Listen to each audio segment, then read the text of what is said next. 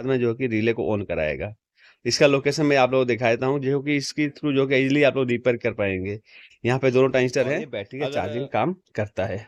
और यहाँ पे जब आएगा तो यहाँ पे आउटपुट भी आपको देखने को मिलेगा, क्योंकि ये आउटपुट से डायरेक्ट कनेक्टेड है। तो आउटपुट में भी आपका ये आ जाएगा सप्लाई, और ये ट्रांसफार्मर का कोइल में भी ये चला जाएगा।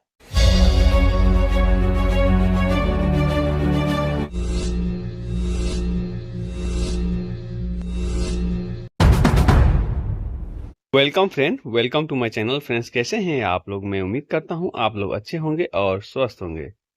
जैसा कि दोस्तों ये देख सकते हैं, ये सर्किट डायग्राम है, ये एसएफ सोनिक प्राइमा मॉडल का है। और रिले सेक्शन अगर काम ना करे तो कौन कौन सा कंपोनेंट चेक करना है, इसके बारे में इस वीडियो में हम बात करेंगे। जैसा कि आप लोग देख सकते हैं, यहाँ पे दो रिले इसमें यूज किया गया है। एक आपका चेंज ओवर के लिए है, दूसरा जो है कि चार्जिंग उसमें हाई लो होता है। जैसे वोल्टेज लो होता है उस पीरियड में ये रिले ऑन होता है, और नॉर्मल वोल्टेज होने पर रिले जो कि ऑफ हो जाता है।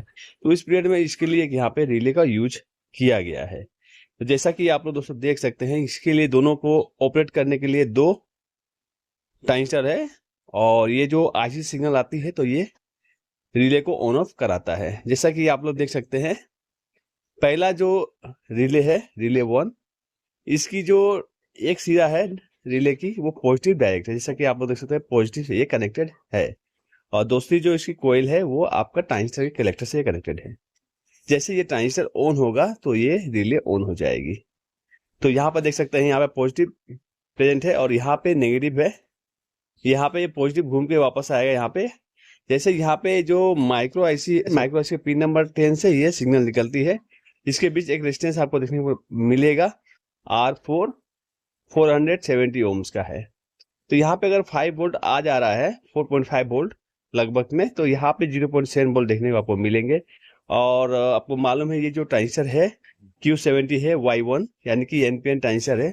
एनपीएन जो ट्रांजिस्टर होता है, एनपीएन यानी कि पॉजिटिव पे ये ऑन होता है। ठीक है, यहाँ पे पॉजिटिव सप्लाई आ जाएगी तो ये ऑन हो जाएगा। जब ऑन होगा तो यहाँ पे जो इमीटर ग्राउंड है यानी कि नेगेटिव से है, ये नेगेटिव जो है कि कलेक्टर तरफ ये पास करेगी, और कलेक्टर नेगेटिव तरफ पास करेगा, इमीटर तरफ पास करेगा। तब ये नेगेटिव हो जाएगा। यहाँ पे ऑलरेडी ये पॉजिटिव प्रेजेंट है, यहाँ पे नेगेटिव आ जाएगा तो ये आपका रिले ऑन हो जाएगा। जैसे रिले ऑन हो जाएगा तो जैसा कि मेंस में जब रिले ऑन होगा, जो मेंस इसमें आ रहा है, ठीक है, मेंस में ये आपका जो कि ऑफ रहता है और बैटरी पे ऑन हो जाएगा। जब बैटरी पे ऑन हो जाएगा तो ये मेंस से जो सप्लाई ले रहा है वो कट कर देगा। ठीक है, और बैटरी से ये डायरेक्ट ये बैटरी पे डायरेक्ट चलेगा। जैसा कि आप लोग देख सकते हैं, मेंस आ जाएगा उस पीरियड में, ये रिले हो जाएगा आपका ऑफ। ऑफ हो जाने पर यहाँ मेंस आ रहा है, ये ऑफ हो जाएगा, ये कोइल में सप्लाई चला जाएगा, और ये बैटरी का चार्जिंग काम करता है। और यहाँ पे जब आएगा तो यहाँ पे आउटपुट भी आपको देखने को मिलेगा, क्योंकि ये आउटपुट से डायरेक्ट कनेक्टेड है। तो आउटपुट में भी आपका ये आ जाएगा सप्लाई, और ये ट्रांसफार्मर का कोइल में भी ये चला जाएगा।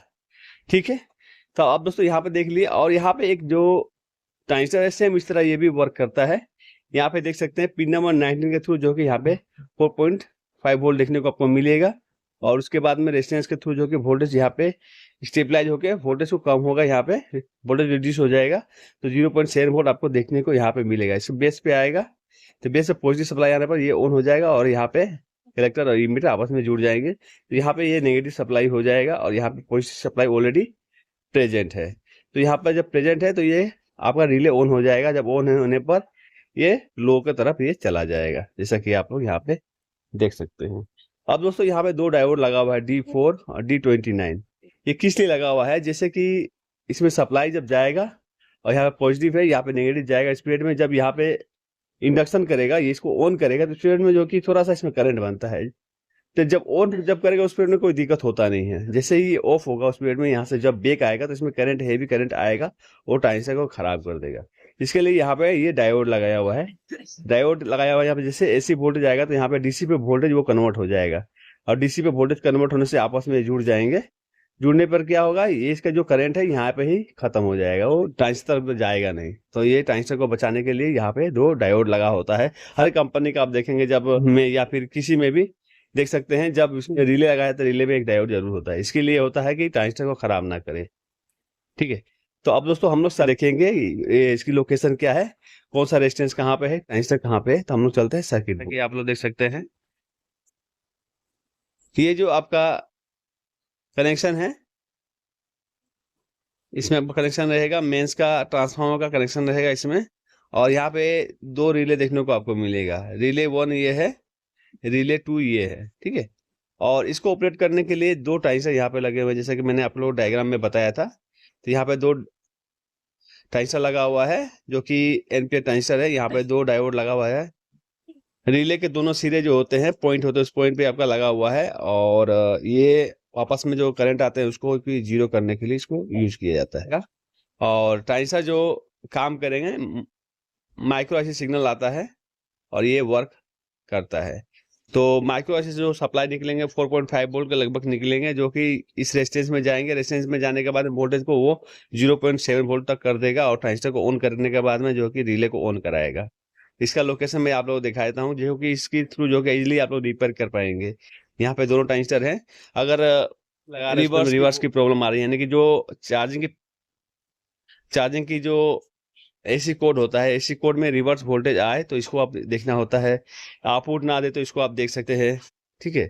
अगर बीप का साउंड दे रहा है तो आप यहाँ पे रिले को चेक कर सकते हैं। रिले का प्रॉब्लम देखने को मिलता है, बीप साउंड में आपको चेक करना है, ठीक है। बीप साउंड में चेक करना है, रिवर्स में चेक करना है, और आउटपुट ना दे तो चेक करना है।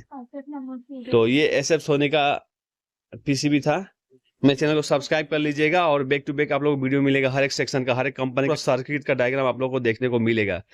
हर एक कंपनी का, यानी कि एक मैं नहीं बता रहा हूँ, हर एक कंपनी का आप लोग डायग्राम देखने को मिलेगा। तो मेरे चैनल को आप लोग जो कि सब्सक्राइब कर लीजिएगा, बैक टू बैक आप लोग को वीडियो को देखने को मिलेगा। और नए आए तो मेरे चैनल को सब्सक्राइब कर लीजिएगा और वीडियो अच्छा तो वीडियो को लाइक कीजिएगा, दोस्तों में शेयर कीजिएगा। तो आज के लिए इतना ही। Thank you for watching. जय हिंद, जय भारत।